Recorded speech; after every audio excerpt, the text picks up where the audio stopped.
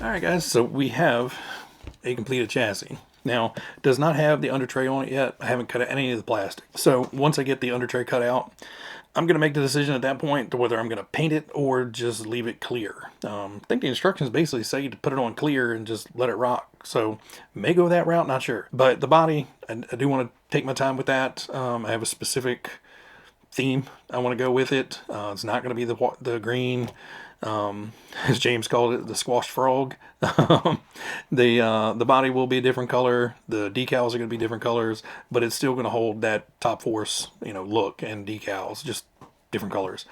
So as far as the build went very well. Little tedious with having to stop and paste up a couple nuts here and a couple nuts here with the thread locker. But that's kind of the pain sometimes when you're having metal to metal and on places where you don't want them to come off, like the steering rack and all that stuff. So it makes sense, but it does slow you down a little bit. It took me, I don't know, 3 or 4 nights. I don't remember.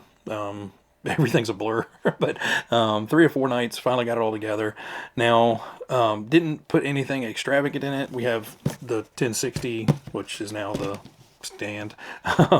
The cheap Amazon 12 kilogram low profile servo. Doesn't really need a low profile. It's just those are the quicker ones that I get fairly cheap on Amazon. And then I put a Holmes Hobbies Retro Sport. This is the 17 turn. So should have plenty of legs under it. 17, 19 turn and the Holmes Hobbies work great with the 4-wheel drive buggies. Overall, the build went really, really well. Everything went together just the way it was supposed to. The only glitch I had was my own fault. The FRP plates, the top deck, the bottom deck, the shock towers, all that stuff. Mine came in pretty jaggedy feeling and a little rough on the edges. So I went ahead, I sanded them all down and did the old school trick of taking some super glue and super gluing the edges to kind of seal them up, keep them from delaminating. Especially on these front ones, because you're gonna, when it rolls over, it wants to drag on those and it'll start really chipping it up. So if you put the super glue on there, I'll probably come in and put another layer on. The problem is my old super glue here, it's some stuff I picked up at Hobby Town. It's the Bob Smith Industries glue, and this is their Instaflex. I love doing this with tires because it's a little bit thicker glue and it stays a little bit flexible, so it won't crack and chip away later on down the line. So I was going to use this for the outside, but this stuff is getting very old and it did not want to cure quickly at all.